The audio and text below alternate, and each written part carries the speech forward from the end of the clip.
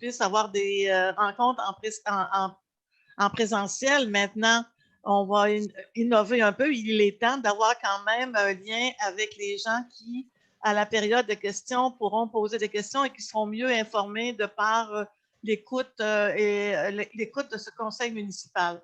Alors, c'est pour ça que le conseil a décidé de changer un petit peu sa façon de procéder pour avoir un meilleur lien avec tout le monde, parce que nous aussi, on s'ennuie du contact avec les gens et de pouvoir répondre à vos questions. Alors, je vous souhaite à tous une bonne soirée.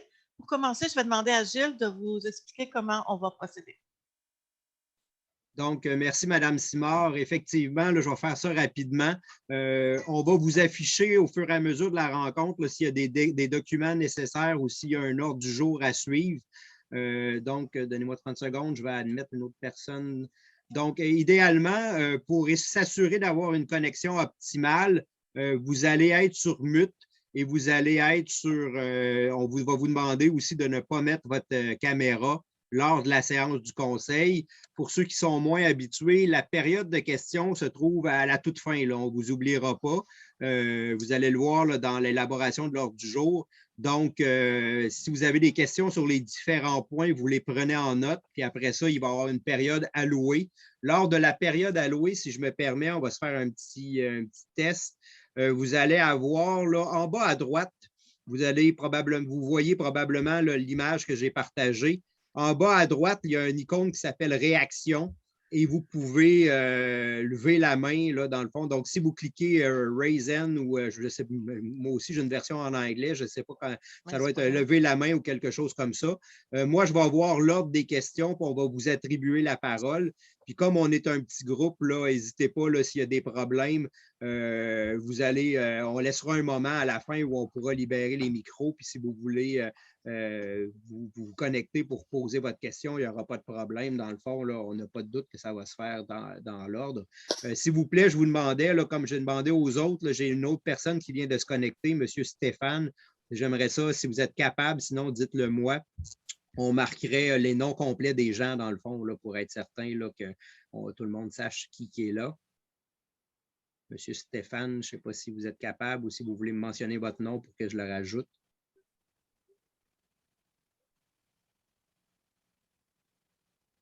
Oui.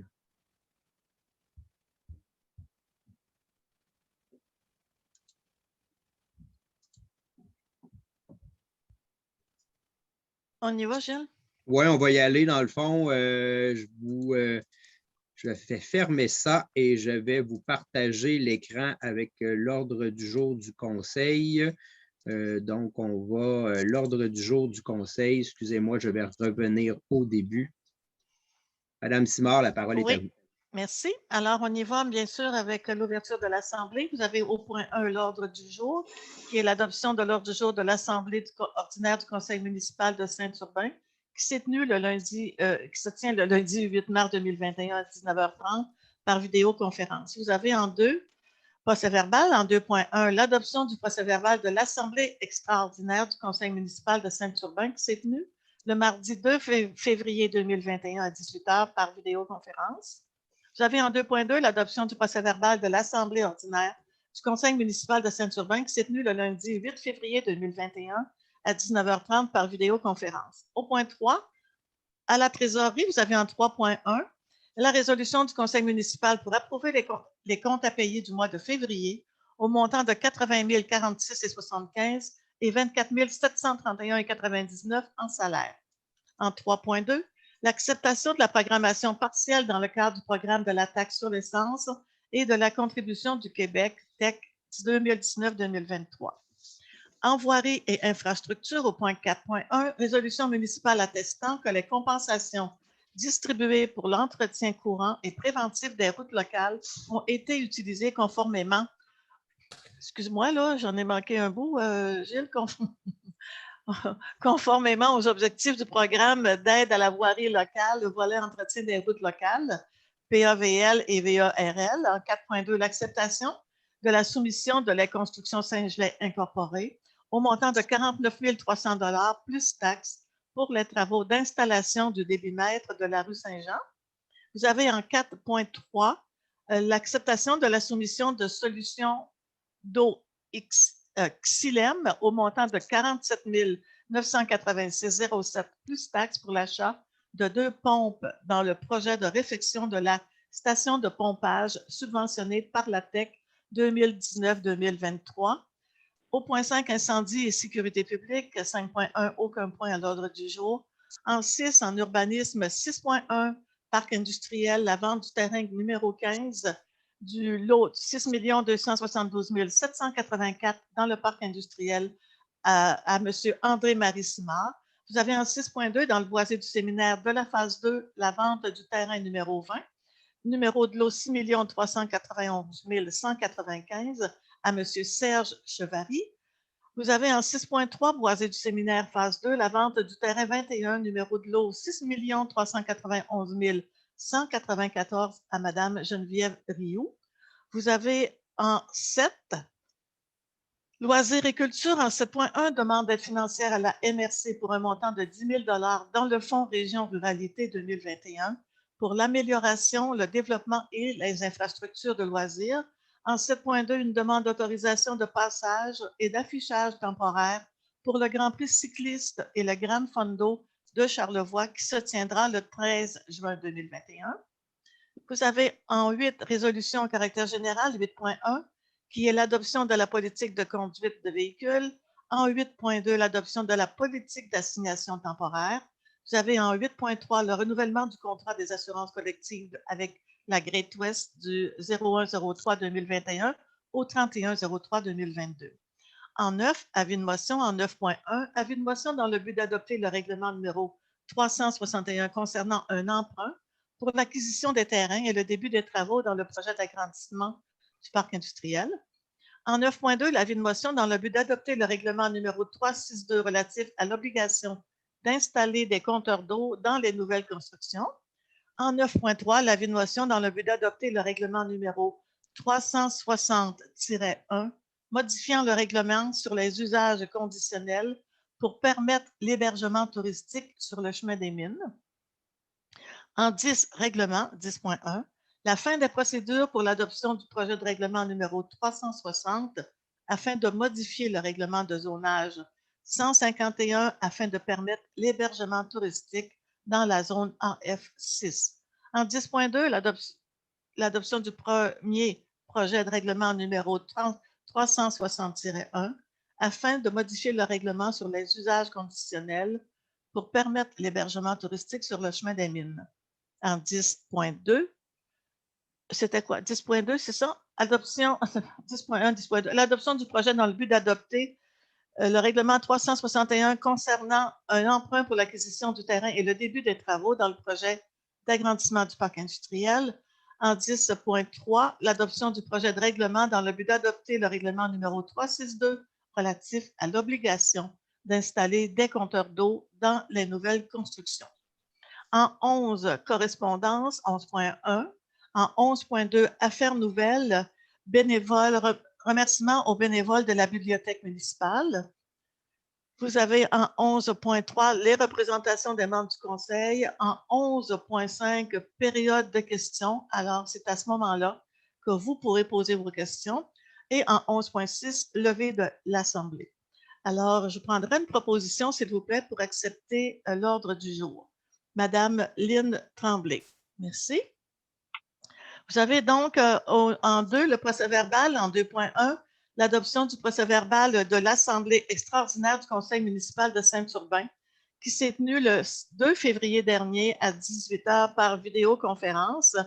Alors, tous les membres du Conseil étaient présents à cette Assemblée extraordinaire et les points à l'ordre du jour ont été la résolution municipale qui atteste que les travaux de réflexion dans le rang Saint-Jean-Baptiste dans le cadre du programme RIL 2020 sont complétés. Alors, bien sûr, ces travaux de réflexion ont eu lieu pendant la saison estivale 2020. Les travaux ont été exécutés par la firme Sintrex et en date du 31 décembre 2020, ils sont terminés. Alors, vous avez aussi, bien sûr, l'adoption de l'offre du soumissionnaire pour le refinancement d'un emprunt de 195 000 par billet en vertu du règlement 300 qui est la rue, je vais le dire, là, la rue la rue, Gilles, je cherche le nom de la rue. La rue Beaupré. Les travaux qui ont été faits il y a plus de 5 ans, c'est un renouvellement aux 5 ans. Alors, c'est ce règlement numéro 300 au montant de 195 000 qui est par billet, bien sûr, un refinancement. Et vous aviez aussi une résolution de concordance de courte échéance relativement, bien sûr, à cet emprunt par billet au montant de 195 000 qui sera réalisé le 8 février 2021. Excusez.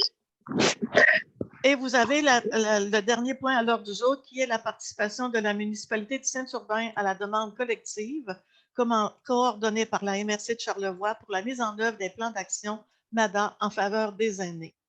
Alors, voilà ce qui complète cette séance extraordinaire du 2 février dernier. Est-ce que j'aurais une proposition, s'il vous plaît? Monsieur Gaëtan Boudreau. Merci. Madame Simard. Oui. Juste pour prendre un petit moment, on a eu des nouvelles personnes qui se sont connectées. Oui. Donc, effectivement, là, la façon qu'on va procéder, c'est que vous vous mettez sur mute et sur sourdine, peut-être qui est le bon terme français, et vous fermez votre caméra. Vous devez vous identifier idéalement comme il faut là, avec votre nom et prénom. Et puis, lors de la période de questions, à la fin, vous allez pouvoir prendre la parole puis là, ouvrir votre caméra et votre micro. Désolé, là, je voulais juste... Non, ça va. Allez-y, Mme Simard. Merci. On continue. En 2.2, l'adoption du procès-verbal de l'Assemblée ordinaire du Conseil municipal de Saint-Urbain qui s'est tenue le 8 février dernier à 19h30 par vidéoconférence. Alors, tout le monde a pu prendre connaissance de ce procès-verbal. Alors, il a été question de l'Assemblée ordinaire, bien sûr, qui s'est tenue le 11 janvier 2021, l'approbation des comptes à payer, la soumission de Fortier limité pour la Chambre de débit-mètre dans le projet de développement au cœur du village, une demande de dérogation mineure. Vous avez la soumission d'ARPO Groupe Conseil pour la préparation des plans et devis, une demande de dérogation mineure. Alors, tout ça, de toute façon, vous l'avez entendu puisque ça a été enregistré lors de la dernière séance. Alors, est-ce que j'ai des questions de la part des membres du Conseil ou une correction quelconque? Est-ce que ça va pour tout le monde? Oui. Merci. Qui fait la proposition, Léonard? Oui. Merci beaucoup. Oui. Merci, Léonard. Alors, on est rendu maintenant au point 3, au niveau de la trésorerie. On est à la résolution du conseil municipal pour approuver les comptes à payer du mois de février au montant de 80 046,75 et 24 731 en salaire. Alors, habituellement, je vous donne les montants de plus de 5 000 $. Vous avez un montant de 10 000 $ pour la Maison des jeunes, pour le fonctionnement et des projets. C'est ce qu'on remet annuellement. Vous avez aussi un montant de 6 989,75 qui est la cotisation au réseau Bilvio à chaque année. Vous avez aussi un montant de 5 025,84 qui sont pour payer les immatriculations des véhicules de la municipalité. Alors, vous avez un total de 22 015,59 $ pour les trois montants de plus de 5 000 $. Alors, tout le monde a pu prendre connaissance des chèques, tout le monde a pu valider la facture. Alors, est-ce que j'ai des questions à ce niveau-là? Ça va pour tout le monde? Oui. Je prendrai une proposition, Oui. s'il vous plaît. Madame Sandra Gilbert, merci. Alors, vous avez au 3.2 l'acceptation de la programmation partielle dans le cadre du programme de la taxe sur l'essence et de la contribution du Québec Tech 2019-2023. Alors, ce sont des travaux, des dépenses qui ont été encourues au courant de l'année. Et vous avez la réfection de la station de pompage sur la rue Saint-Édouard. Vous avez aussi la construction, non, pas de construction, les travaux d'urgence sur la rue Champlain. Quand je parlais de la réfection de station de pompage, c'est pour un montant de 11 188,92 $. Et au niveau des travaux d'urgence sur la rue Champlain, c'est un montant de 13 315,79 $ pour un montant de 24 504,71 $. Alors, voilà. Je prends, s'il vous plaît, une proposition. Propose. Pascal. Pascal Tremblay, merci. Vous avez au point 4 dans la voirie et infrastructure en 4.1, Vous avez la résolution municipale attestant que les compensations qui ont été distribuées pour l'entretien courant et préventif des routes locales ont été utilisées conformément aux objectifs du programme d'aide à la voirie locale, volet entretien des routes locales. Alors, vous avez bien sûr le système au niveau des entretiens, le système de sécurité, au niveau de la réparation, remplacement d'éclairage de rue au montant de 3 258,79 $. Vous avez le remplacement de divers panneaux de signalisation au montant de 3 690,38 $. La réfection du marquage, 377,95 $. En entretien hivernal, le déneigement au montant de 13 405 $. Au niveau de l'air chaussée, des chaussées, l'achat d'asphalte, 10 107,39 $. Vous avez le balayage et ramassage de la chaussée, 1 387,33 $. Scellement de fissures, 4 161,97 $. Achat de gravier, amélioration des accotements, main-d'œuvre et balai du tracteur, sur tracteur, balayage des rues errants. Au niveau du système de drainage, la réparation et l'entretien des ponceaux pour un montant de 2 745,41 $. L'achat de matériaux, pierres et ponceaux, les travaux de nettoyage du réseau sanitaire pour 4 430,01 $. Nettoyage des conduites du réseau, les abords de route, location de machinerie, coupe d'herbe et débroussaillage des fossés pour un montant de 1 240 $. Alors, vous avez bien sûr le fauchage et débroussaillage des fossés. On parle de main-d'œuvre, contremaître, l'assistant contremaître, étudiant, pour un montant de 2 925 $ et un grand total de 47 738,73 $. Et nous avons reçu une subvention de 40 000 $. Alors, voilà pour ce programme d'aide à la voirie locale. Alors, je prendrai une proposition, s'il vous plaît. Je propose. Lynn Tremblay. Excuse-moi, Denise. Lynn, merci. Si vous, Vous avez... Si vous Oui. permettez, madame, excusez-moi, j'ai juste d'autres personnes qui s'est jointe à nous. Donc, petit rappel, dans le fond, donc, on procède à la séance du conseil. Vous serez éligible à lever la main, à poser des questions comme d'habitude à la fin. On vous demande de laisser votre micro puis votre caméra fermée pour que tout se déroule bien. Vous marquez votre nom et prénom là, pour vous identifier.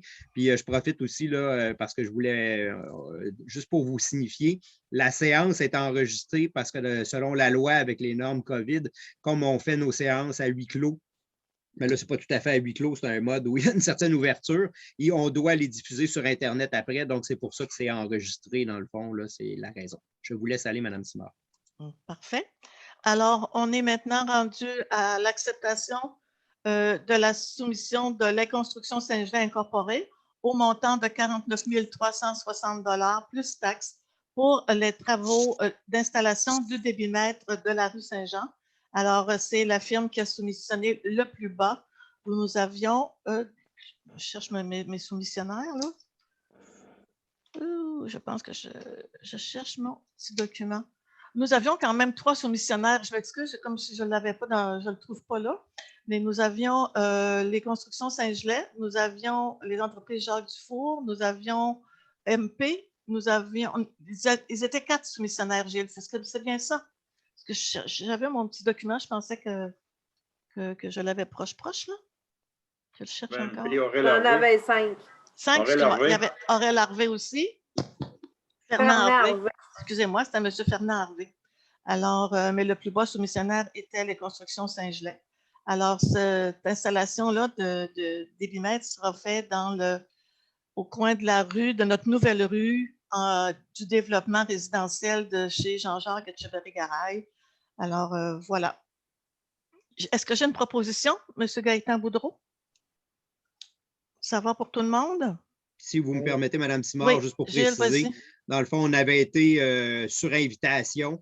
On était en bas du seuil qui était autorisé. Puis comme d'habitude, dans le fond, selon notre règlement de gestion contractuelle, on invite principalement les gens là, qui œuvrent ou qui travaillent dans Saint-Urbain, dans le fond, idéalement en premier. Oui, merci. Alors, qui a fait la proposition, Gaëtan? Oui, peut-être spécifier, on met un débitmètre pour le secteur au complet, au lieu d'en mettre dans chaque maison. Là. Exactement. C'est pour valider. On sait que le projet au cœur du village est en préparation pour des travaux en été 2021 et qui est important. On a reçu plusieurs recommandations pour mesurer la consommation des résidences et le ministère demande aux municipalités d'installer des compteurs d'eau ou un débitmètre sectoriel dans des secteurs résidentiels. Alors, comme nous allons faire la construction de la rue, plutôt que d'en installer dans des maisons du même secteur, on a décidé d'y aller avec un débitmètre sectoriel pour le secteur résidentiel qui va nous donner quand même une bonne idée de la consommation des résidences du côté du milieu urbain de la municipalité. Alors, c'est important de le faire pendant les travaux de construction et d'infrastructure pour le prolongement de la rue Saint-Jean et de la rue Fortin. Ça va? Oui. Merci. Alors, la proposition a été faite par C'est Gaëtan Boudreau, hein? Gaëtan, merci. En 4.3, c'est l'acceptation de la soumission de solutions d'eau Xylem au montant de 47 986,07 plus taxes pour l'achat de 2 pompes dans le projet de réfection de la station de pompage subventionnée par la TEC 2019-2023. Alors, ce sont les 2 pompes qui sont à changer dans notre station de pompage qui est située dans le bas du village, près de chez M. Marc Audet. Alors, c'est important de le faire. Il y a longtemps qu'on attend qu'on fait réparer, mais maintenant, nous avons reçu cette soumission de solution d'eau Xylem pour le montant de 47 986. C'est le prix unitaire est de 25 661 pour chacune des pompes. Alors, voilà. Proposition, s'il vous plaît.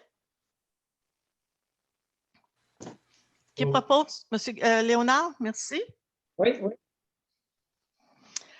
Au point 5, incendie et sécurité publique, aucun point à l'ordre du jour.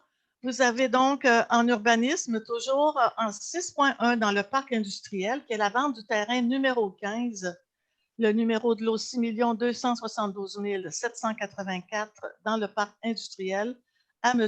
André-Marie Simard. Alors, Gilles, tu nous montres la carte justement du parc industriel. Alors, le terrain numéro 15 est celui qui est situé et... Si je prends, je ne sais pas si ici. J'essaie de le mettre le doigt dessus, mais ça ne marche pas. Alors, tu l'as bien, oui, tu l'as bien fait, Gilles. C'est celui-là qui est à cet endroit. C'est le numéro 15. Ça a été vendu à M.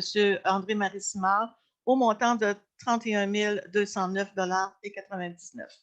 C'était, si vous permettez, Mme Simard, c'est un terrain qui avait déjà été réservé par un autre propriétaire, Électricité Gauthier, qui avait fait une proposition. Électricité Gauthier avait signifié qu'il pourrait libérer son terrain s'il y avait un promoteur qui se présentait. Et on a effectivement eu un promoteur rapidement qui était prêt à construire immédiatement un bâtiment, dans le fond. Donc, c'est pour ça qu'on procède de cette façon-là. Parfait. Une proposition? Qui propose, s'il vous plaît? Sandra, merci. En 6.2, Boisé du Séminaire, phase 2, la vente du terrain numéro 20, numéro de lot 6 391 195 à M. Serge Chevary au montant de 31 567,54 $. Alors, Gilles, le terrain que l'on a vendu est celui-ci. Qui me fait la proposition? Je propose, Mme Simard. Merci, Denise. Toujours dans le Boisé du Séminaire, en 6.3, c'est la vente du terrain numéro 21 au numéro de lot 6 391 194 à Mme Geneviève Rioux au montant de 30 374,10 $. Alors, je prendrai une proposition, s'il vous plaît. Je propose, Mme Simard. Merci, Denise. Je n'ai pas eu le temps de voir les autres, je m'excuse. Des fois, ça va vite. Hein? Au niveau de loisirs et culture, en 7.1, c'est une demande d'aide financière à la MRC pour un montant de 10 000 $ dans le Fonds Région Ruralité pour 2021, bien sûr, pour l'amélioration, le développement et les infrastructures de loisirs. Alors, c'est pour, bien sûr, pour notre halte routière qui finalement devrait être construite cette année et pour le sentier de vélo aussi. Alors, c'est un montant qui est toujours apprécié à chaque année.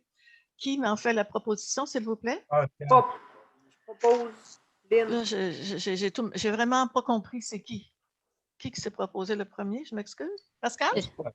On s'est Pascal passé Tremblay, excusez. Vive Internet. Bravo, tout est facile.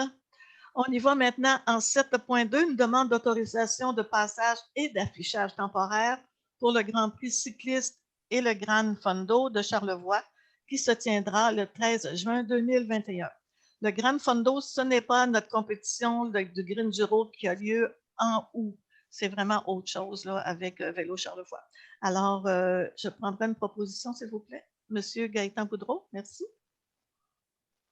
On est en 8 au niveau des résolutions à caractère général. Vous avez en 8.1 l'adoption de la politique de conduite de véhicules. Alors, c'est à la suggestion de la Mutuelle des municipalités du Québec, des assurances, qui nous recommande d'avoir une politique de conduite de véhicules, de même qu'une politique d'assignation temporaire. Alors, c'est bien sûr afin de garantir la sécurité des conducteurs et des usagers de la route, que toute personne ayant à conduire un véhicule de la municipalité dans le cadre de son travail doit se conformer à la présente politique de conduite de véhicule. On parle bien sûr du port de la ceinture de sécurité, obligatoire en tout temps pour le conducteur et les passagers, interdit d'utiliser le cellulaire au volant sauf s'il est muni d'un dispositif main libre. Dans le même ordre d'idée, le conducteur doit posséder au moins un système de communication fonctionnel pour demander de l'aide aux besoins. La consommation d'alcool et de drogue dans les véhicules et la conduite sous l'effet de ces substances est totalement interdite. Les utilisateurs doivent effectuer une inspection du véhicule lors de la prise de possession et aviser son supérieur immédiat de toute problématique. Les utilisateurs de véhicules doivent respecter le code de la route et la limite de vitesse. Toute infraction au code de la route sera assumée par le conducteur. Les conducteurs doivent détenir un permis de conduire valide pour la classe de véhicule qu'ils ont à conduire et ceux-ci doivent signaler tout changement au niveau de la validité de leur permis à leur supérieur immédiat. Une vérification en ce sens peut être faite annuellement. Rapporter rapidement tout dommage au véhicule à son supérieur immédiat. Le conducteur représente l'image de l'organisation lorsqu'il est sur la route. Il doit donc demeurer poli et courtois en tout temps. Et lorsque requises, les feuilles de conduite de véhicule doivent être dûment remplies.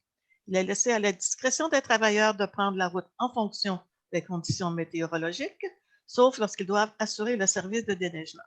Alors ça, c'est la politique de conduite de véhicule et bien sûr qui doit être signée par chacun des employés qui conduisent un véhicule de la municipalité.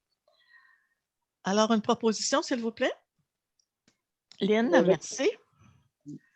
En 8.2, c'est encore une politique cette fois, c'est la politique d'assignation temporaire. Alors, il nous demande de mettre en place une procédure d'assignation pour tous les travailleurs ayant subi une lésion professionnelle. Alors, ainsi, le respect de cette politique est obligatoire et il est essentiel que chaque travailleur accidenté s'y conforme. Alors, en quoi consiste l'assignation temporaire? C'est bien sûr, l'assignation est une tâche ou un ensemble de tâches qu'un travailleur blessé est raisonnablement en mesure d'accomplir suivant l'avis de son médecin traitant. Il se peut que le travailleur puisse faire une partie de son travail habituel ou même qu'il soit assigné à un tout nouveau travail pendant la période de consolidation de sa lésion. En tenant compte de sa lésion, l'employeur pourra déterminer le type de tâche à proposer pour le travailleur blessé. Il s'agit d'une démarche encadrée par les articles 179-180 à la loi sur les accidents de travail et les maladies professionnelles. Au niveau des avantages de l'assignation temporaire, c'est bénéfique pour les travailleurs blessés puisqu'elle permet à chaque travailleur d'utiliser sa capacité résiduelle en accomplissant un travail utile et productif pour l'employeur. Elle favorise la réadaptation physique et ou psychique du travailleur tout en maintenant son lien avec le milieu de travail. De plus, l'assignation temporaire permet au travailleur de maintenir l'intégralité de son salaire et de ses avantages comparativement à recevoir 90% de son salaire net de la CSST s'il est en arrêt de travail complet. Au niveau de disponibilité de l'assignation temporaire, il est entendu que l'employeur se réserve le droit d'appliquer l'assignation temporaire selon la disponibilité de celle-ci ou selon le degré de sévérité de la lésion de chacun. Ainsi, il est possible qu'une assignation temporaire soit octroyée selon des heures moindres que l'horaire de travail habituel du travailleur blessé ou selon un nombre de journées réduit. Advenant le cas où le travailleur blessé n'exécuterait pas toutes les heures prévues à son horaire régulier, ce dernier sera compensé par la différence par l'employeur ou par la CSST, le cas échéant. Alors voilà pour la deuxième politique d'assignation temporaire du 8.2. Alors, je prendrai, s'il vous plaît, une proposition. Madame Sandra Gilbert. Oui. Merci. Vous avez en 8.3 le renouvellement du contrat des assurances collectives avec la Great West du 01/03/2021 au 31/03/2022. Alors, c'est le renouvellement de contrat normal. On y va encore. Il n'y a aucune augmentation des assurances collectives. C'est un montant de 1 210 par mois. Alors, je prendrai une proposition, s'il vous plaît. Oh. Monsieur Pascal Tremblay. Merci. Vous avez, maintenant, nous sommes rendus en 9 au niveau des avis de motion. Vous avez en 9.1 un avis de motion dans le but d'adopter le règlement numéro 361 concernant un emprunt pour l'acquisition des terrains et le début des travaux dans le projet d'agrandissement du parc industriel. Alors, vous avez, je vous propose donc de voir avec moi, c'est en tout cas au niveau des coûts, le coût d'acquisition, les études qui ont été faites, les compensations, le notaire, les avocats, l'arpenteur, le déblai, l'étude du CA d'environnement, les infrastructures, l'hydro.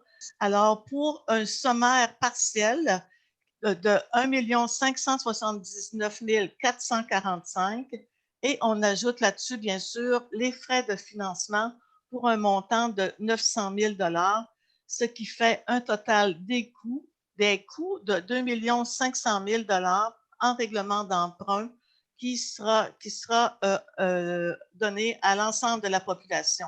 Alors, c'est-à-dire que c'est comme pour le premier développement du parc industriel, c'était aussi à l'ensemble de la population cet emprunt. Et c'est de même pour cette phase du parc industriel, pour l'agrandissement du parc industriel, je voulais dire. Alors, c'est ce que nous allons faire pour réussir cet agrandissement du parc industriel. Bien sûr qu'il y a encore des étapes à suivre et je peux immédiatement vous en parler. Vous savez qu'on l'a annoncé quand même depuis la semaine dernière. Nous avons reçu l'avis de modification d'orientation préliminaire. Alors, nous devrions recevoir la décision finale d'ici une semaine ou 10 jours au plus tard. Nous avons bien sûr, comme deuxième étape, l'attente, bien sûr, du certificat d'autorisation du ministère de l'Environnement, où on nous a bien expliqué, où on a travaillé pour répondre à leurs demandes, d'éviter les secteurs problématiques, de minimiser les impacts et de bien gérer nos eaux de ruissellement. Nous avons gardé, bien sûr, une bande de tampons plus large qu'exige la loi et une compensation des milieux humides de faible importance que nous avons sur le terrain que nous allons acheter. Et bien sûr que ces compensations, c'est ce que la loi exige. Ça, c'est la deuxième étape. À la troisième étape, bien sûr, ce sera l'acquisition des terrains, qui devrait se faire au printemps, qui devrait se faire dans les prochaines semaines. Il y a aussi la quatrième étape au printemps, c'est de délimiter, bien sûr, la zone de déboisement, parce qu'il y aura du déboisement et c'est bien évident qu'il y a aussi la zone tampon qui doit être protégée sans aucun problème. La cinquième étape, ce sera de niveler le terrain, de mettre les pentes et bien sûr d'ensemencer les zones non utilisées et que le chemin serait fait à l'automne. Alors voilà pour les étapes du projet d'agrandissement du parc industriel. Est-ce que ça va pour tout le monde, non? L'avis de motion, qui en fait la proposition, M. Gaëtan Boudreau? Merci. Peut-être juste un élément, Mme Simard, qu'on doit préciser au niveau du règlement d'emprunt. Donc, si on est capable, là, on est éligible à des subventions. Oui. Donc, les subventions vont diminuer le montant du règlement d'emprunt. Puis aussi, là, bien spécifier, dans le fond, que le règlement d'emprunt est à l'ensemble de la population. Oui.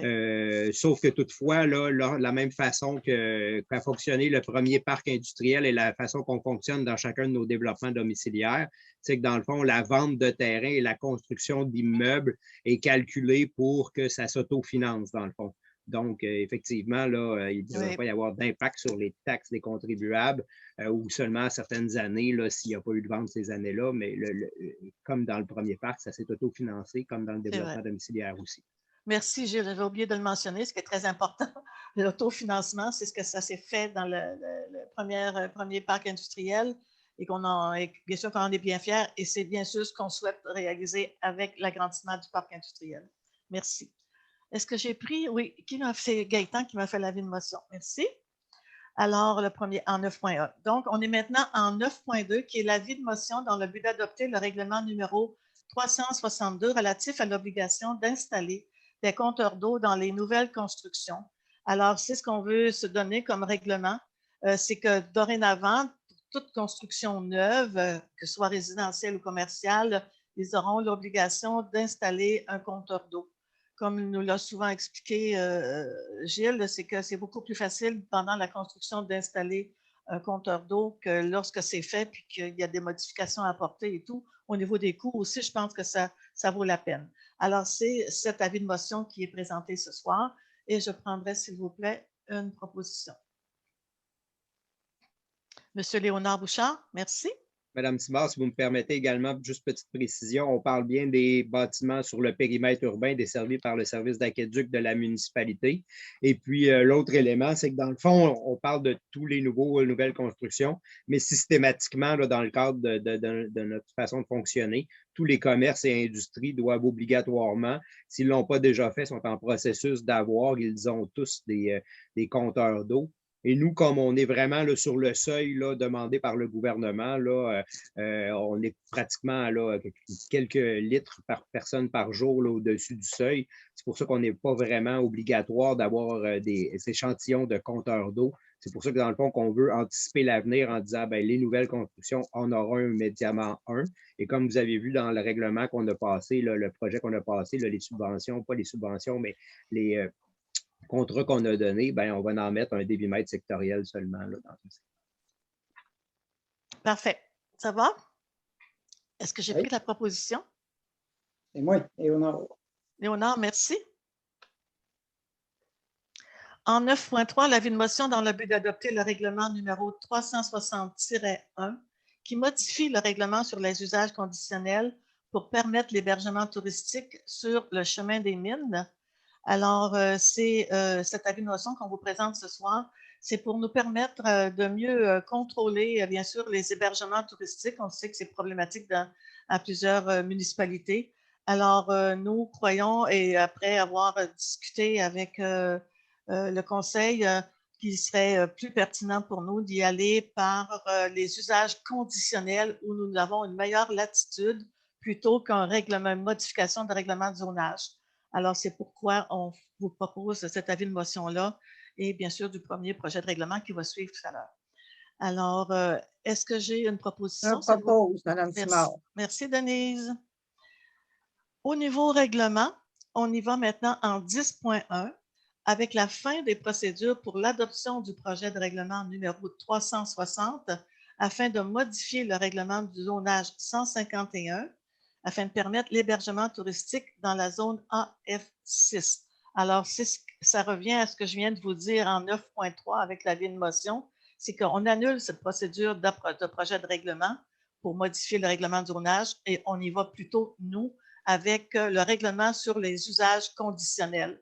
À partir de ce moment-là, ça va nous permettre, nous, d'avoir de meilleurs critères et que le propriétaire qui souhaite faire de l'hébergement touristique aura à expliquer à la municipalité quel est son projet, quels critères il devra répondre.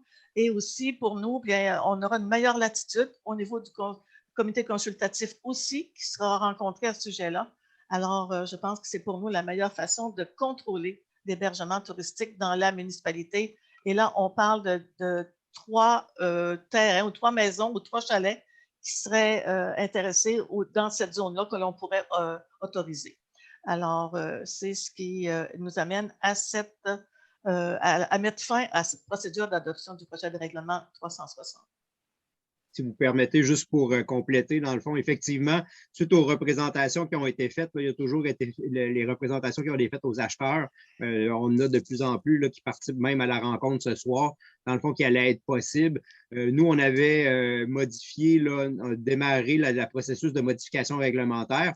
Mais lors de l'élaboration du règlement, du projet de règlement, puis lors de la validation avec les gens, on s'est rendu compte qu'effectivement, un règlement de zonage qui est malheureusement ou heureusement dans certains cas, là, vraiment noir puis blanc, adopté par l'inspecteur, qui fait en sorte que des fois, on manque un peu de souplesse ou de latitude dans son application. Le meilleur véhicule était vraiment le règlement sur les usages conditionnels, comme vous avez dit, Mme Simard. Donc, ça marche plus avec des critères, dans le fond, qu'il faut atteindre, des critères par rapport, par exemple, au nombre de personnes qu'il pourrait y avoir dans les bâtiments, au stationnement, à comment on fait pour s'assurer la saine cohabitation au niveau, là, par exemple, d'un positionnement d'un spa ou des éléments comme ça, au niveau des enseignes, au niveau des heures de bruit, puis tout ça. Donc, ça nous permettait mieux d'atteindre nos fins pour s'assurer d'avoir une bonne cohabitation. C'est pour ça que c'est cet élément-là, ce type de règlement-là qu'on allait utiliser plus tôt. OK. Alors, est-ce que j'ai une proposition, s'il vous plaît? Denise. Denise, merci. Oui. Alors, vous avez maintenant en 10.3, c'est ça? Oui. L'adoption du projet dans le but d'adopter le règlement numéro 361 concernant un emprunt pour l'acquisition du terrain et le début. Je ne suis pas sûre si je suis à la bonne place, là. Est-ce que ce n'est pas 10.2 que je devais faire, Gilles? Hein? Oui. J'en ai sauté un, excuse-moi, là. Non, mais il y a un petit, on a une erreur topographique aussi, là, dans le fond. Donc, 10.1, c'était la fin du règlement 360. Oui, c'est ça. Vous avez bien expliqué le 10.2. Est-ce que. Puis là, on est rendu ça, à donc, 10.3. 10.3, effectivement, oui, là, c'est pour ça là, que ça nous mêle. Oui. Alors, c'est bien sûr dans le but d'adopter le règlement numéro 361 concernant un emprunt pour l'acquisition du terrain et le début des travaux dans le projet d'agrandissement du parc industriel au montant de 2 500 000 $. Et je prendrai, s'il vous plaît, une proposition. Pascal.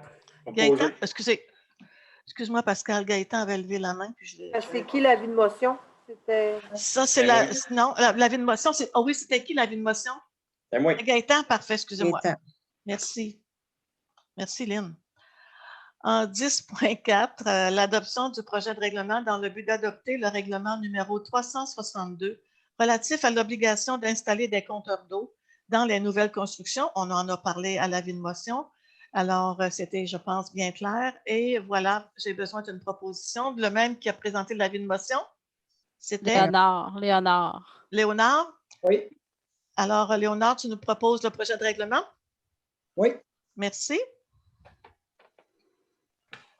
Alors, voilà pour les points au niveau règlement. En 11, vous avez la correspondance.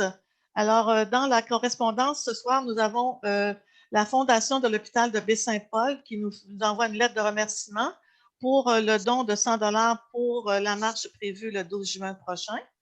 Vous avez la commission scolaire qui nous font une demande de contribution financière pour la brigade scolaire 2020-2021. Dans les années auparavant, nous avons toujours donné 50 $. Je prendrai une proposition, s'il vous plaît, pour le montant de 50 $. Sandra? Tout le monde est d'accord? Oui. Oui.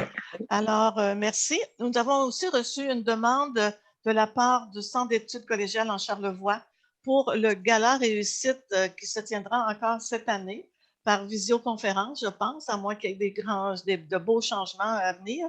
Alors, la demande est de 200 $. C'est ce que nous avions donné en 2019. 2020, il n'y en a pas eu. Je prendrai une proposition. Tu voulais poser une question, Téline? Tu proposais? Ah, merci.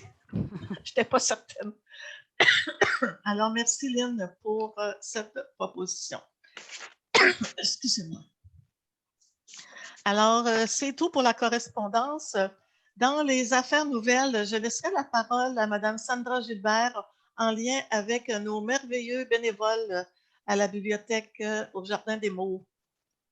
Oui, merci, Mme Simard. En fait, c'est une mention pour nos bénévoles de la bibliothèque qui ont reçu un certificat de reconnaissance du réseau Biblio pour souligner leurs 5 ans d'implication au sein de la bibliothèque.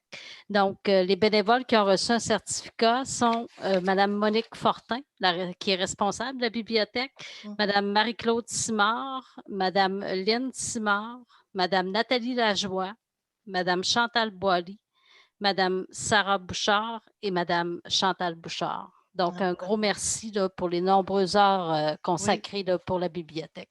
Oui, je les remercie sincèrement. C'est tellement important et de plus en plus mieux utiliser notre bibliothèque et on en est bien fiers. Merci à vous tous, bénévoles. Moi aussi, j'aimerais remercier un bénévole qui est, lui, au niveau de la patinoire à Saint-Urbain. C'est M. Gaëtan Sirois qui a été pas mal bénévole cet hiver avec M. Simon Fortin, qui est en éducation physique à l'école Dominique Savio. C'est qui accompagnait beaucoup les jeunes quand on parle, bien sûr, pour suivre les directives de la santé publique à l'intérieur du terrain de jeu pour le faire entrer, se chausser et pour aller à la patinoire. Alors, puis le déneigement, puis l'arrosage. Alors, je voudrais remercier sincèrement M. Sirois pour son aide comme bénévole auprès de nos jeunes de l'école Dominique Savio. Alors, voilà pour ces affaires nouvelles. Au niveau des représentations des membres du conseil, est-ce qu'il y en a parmi vous qui ont des choses à nous parler? Il y a eu un feu, mais vous ai laissé en parler, Mme Simard. J'aimerais autant que tu en parles. Sais-tu? Oui. Autant que tu en parles, cher. Vas-y. Oui, on a eu un bon feu là, dans le rang Saint-François. C'était un feu de ferme en plus. Là. On sait qu'un feu de ferme, ça va vite. C'est pas long que ça s'embraise. Et on a sauvé la grande partie là, où les chevaux se promènent. Là. Fait que la petite partie a été complètement brûlée. Il y a quelques animaux qui sont morts dans cette partie-là, là, quelques poules, puis cochons, quelques petits animaux. Puis les chevaux ont été sauvés. Là. Du coup, on fait encore des tests pour voir s'ils sont vraiment corrects. Là. On va passer des vétérinaires là-dessus. Là. Puis un gros merci à notre équipe de pompiers, parce que c'était pas chaud. Là. C'était, je ne me rappelle plus, moins 18, moins 20 cette nuit-là. Ça a commencé à 9h20. Puis je sais qu'il fallait qu'ils se le relayent, que ça roulait, puis ils ont travaillé fort.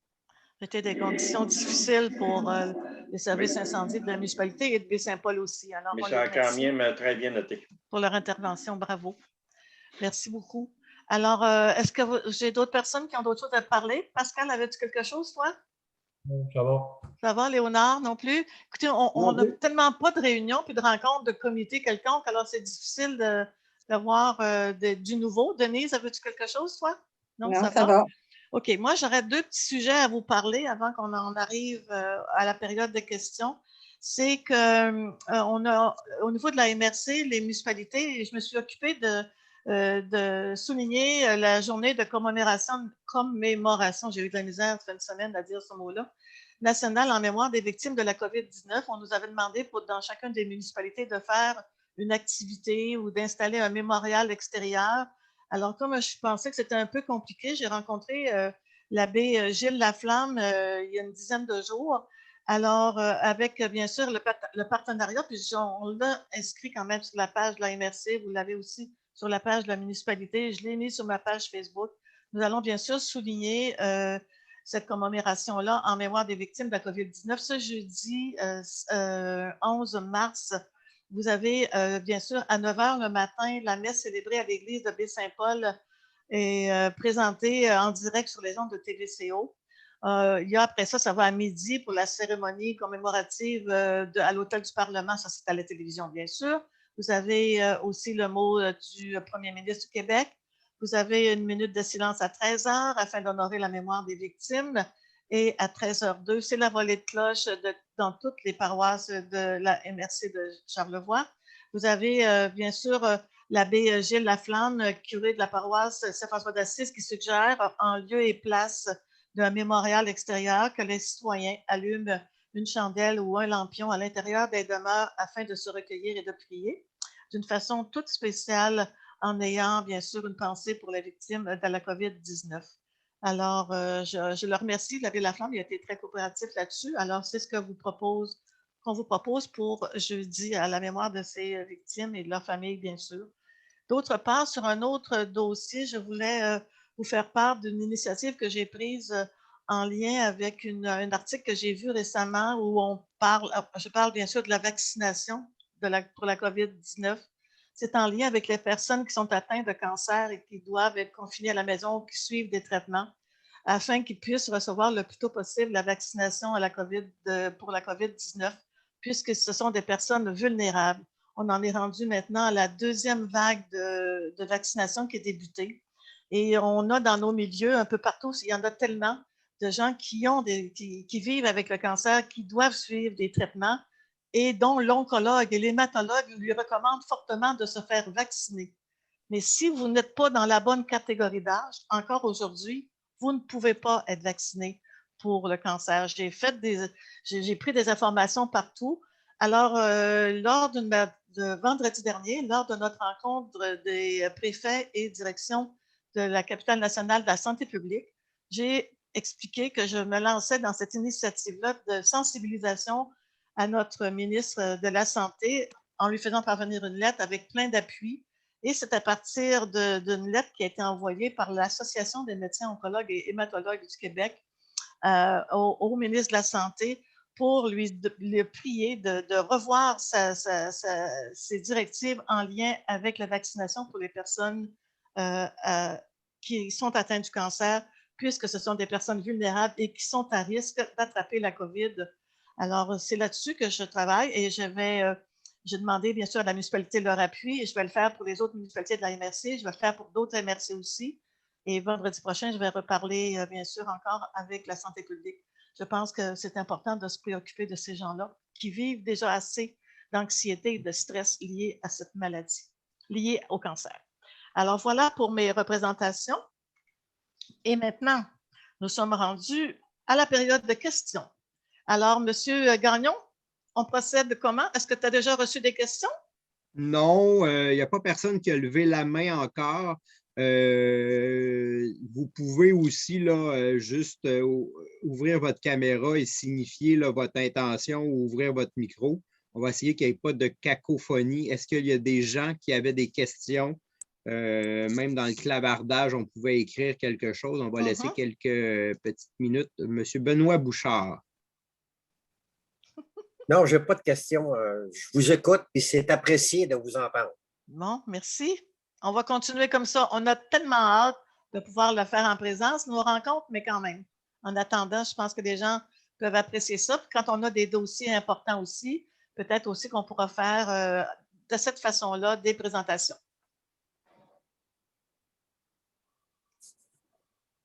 Merci, M. Bouchard. Aviez-vous d'autres choses? Ou Peut-être pour vous informer, là, vous voyez beaucoup de véhicules. Si vous permettez, madame, vous voyez beaucoup de véhicules au pavillon les fins de semaine. C'est des cours de maniement d'armes à feu. Le ministère a décrété que le cours de maniement d'armes à feu, c'est un cours qui est gouvernemental et qui est obligatoire, qui est essentiel. Donc, c'est pour ça qu'on a repris les cours. Le ministre a mandaté Sécurité Nature et Sécurité Nature a mandaté toutes ces associations pour donner les cours, mais on a des règles très, très strictes. Je peux vous dire qu'il faut les respecter, là, on ne file pas pour avoir de problème. C'est pour ça, il ne faut pas être inquiète si vous voyez beaucoup de véhicules, ce n'est pas fini. Les sessions sont pleines jusqu'au 2 mai et les téléphones, ça n'arrête pas, là, ça rentre, ça demande pour suivre des cours. Parfait. En autant que les directives sont bien suivies, il n'y a aucun problème pour nous. Puis c'est bien de le savoir aussi. Quand on le sait, on peut mieux répondre. Quand on est avisé, surtout en temps de pandémie. Merci, M. Bouchard. Madame Nicole Bordelot, est-ce que vous pouvez ouvrir votre micro, s'il vous plaît? Bonsoir, oui, madame. Bordelot, bonsoir, monsieur. Est-ce que vous nous entendez? Oui, très bien, merci. Bon, alors, c'est mon mari qui pose la question. Oui, monsieur Gilles, on a hâte de venir, on a hâte. Quand est-ce qu'on va avoir de l'électricité? Question à, hein? Hey, mais oui, c'est une bonne question. Écoutez, je pense que Gilles vous a sûrement informé que j'ai fait de grosses pressions auprès d'Hydro-Québec. Nous, on est en contact avec eux régulièrement. Ils sont en train de travailler sur nos dossiers, j'en suis convaincue. Et dès cette semaine encore, je vais prendre d'autres informations à savoir où s'en est rendu le suivi. Et je pourrai communiquer avec vous pour mieux vous informer, monsieur et madame. Oui. Mais le problème, c'est que la maison, ici, elle est vendue. Mais oui, Et c'est vrai. Si à Saint-Urbain, on n'a pas de maison d'accueil, je ne sais pas où on Oui. va aller. Ah, non. Nous voulons vous accueillir, monsieur et madame. Ne vous inquiétez pas. Bon. On va travailler très fort. OK. Effectivement, je pense que M. Morin et Mme Bordelot, attendez un petit peu, voici une question. Attendez un petit peu, j'essaie de gérer. Je pense que vous avez mentionné que Bell avait été exclu un peu, puis que dans le fond, Hydro avait pris le dessus. On a des pourparlers avec Hydro, ils sont vraiment beaucoup plus proactifs. On répond immédiatement à leurs questions et ils sont en mode là, action très rapide. Fait qu'on a eu encore des échanges avec les gens dernièrement. Donc, dès qu'on va avoir une date qui pourrait vous aider, là, parce que je sais que votre entrepreneur commence à travailler, on va vous les donner sans problème. Mais oui, c'est ça. Là. Malheureusement, je ne peux pas vous en dire plus présentement. Mais je m'en occupe cette semaine. Madame Bordelot, oui? Oui, bonjour, bonsoir. C'est au niveau des usages conditionnels. Est-ce que vous allez mettre sur papier des normes? Tout à fait, madame. Très strict comme norme, je peux vous l'assurer. Parce que si j'ai bien compris, d'avoir un changement de zonage, ça donne une grande liberté pour accepter à peu près n'importe quoi.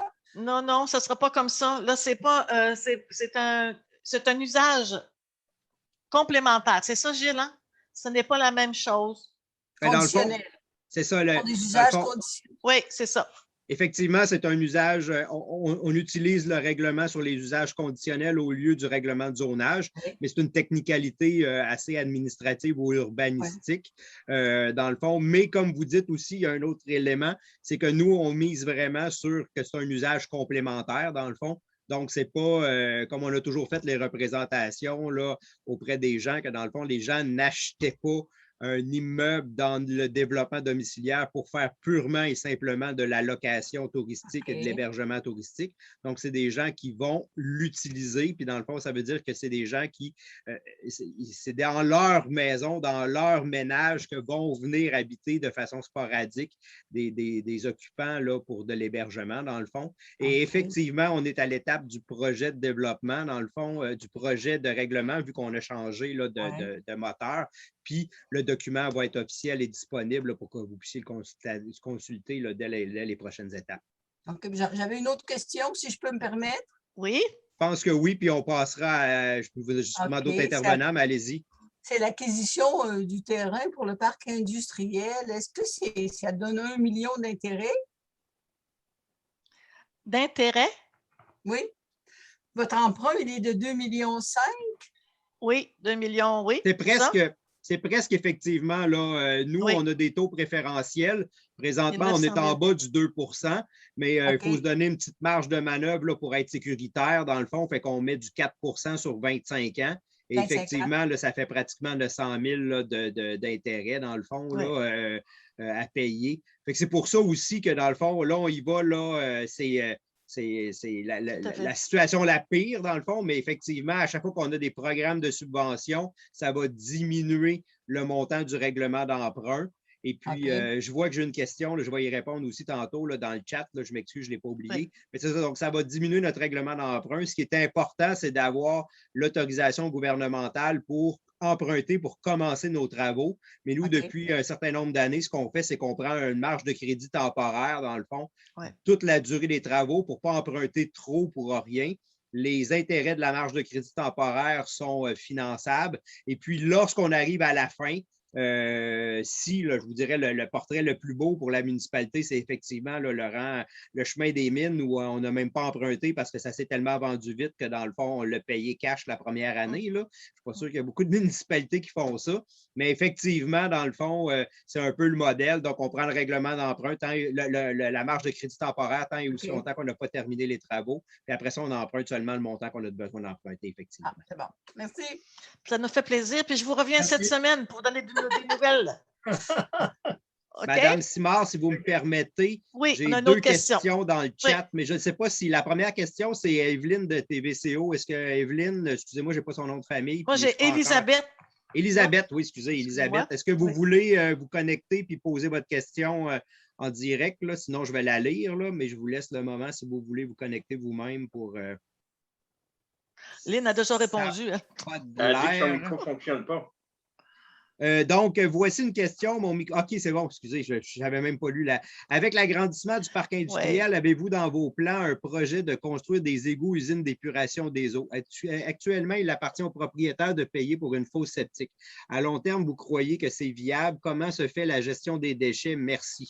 Est-ce que je vous laisse aller, Mme Simard? Non, ben, tu peux y aller, Gilles, mais c'est vraiment, oui, c'est Oui, correct. effectivement, Mme Lynn Tremblay, conseillère, a répondu, là, une étude a été complétée à ce sujet et effectivement, le projet de développement simultanément au projet de parc industriel. Donc, si je me permets, effectivement, dans le fond, présentement, lorsqu'on a fait la troisième phase, là, la portion à l'autre bout complètement du parc industriel, là, donc vis-à-vis chez Pro4, on a déjà installé un tuyau d'égout.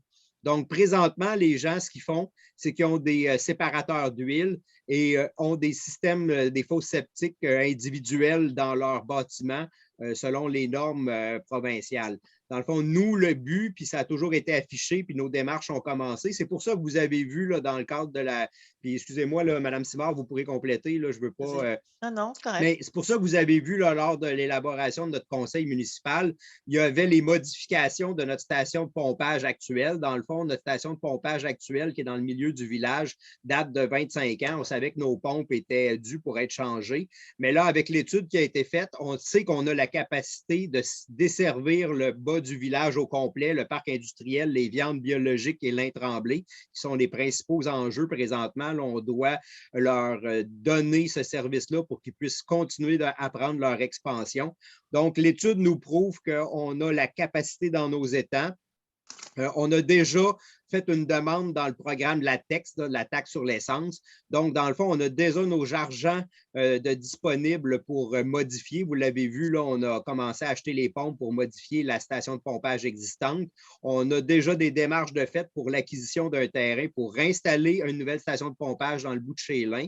Et puis, nos démarches aussi, on avait passé, là, si vous avez participé ou si vous avez vu les procès-verbales ou les ordres du jour des dernières rencontres, on a fait des demandes aux Primo pour avoir un montant d'argent. On sait qu'on a un montant éligible là, au programme Primo pour descendre les égouts dans le bas du village. Donc, c'est certain que notre projet, c'est que idéalement, si les secteurs du bas du village, on avait commencé avant la COVID à faire des téléphones auprès des différents propriétaires pour valider leur intérêt à se connecter eux aussi pendant qu'on descendait le réseau.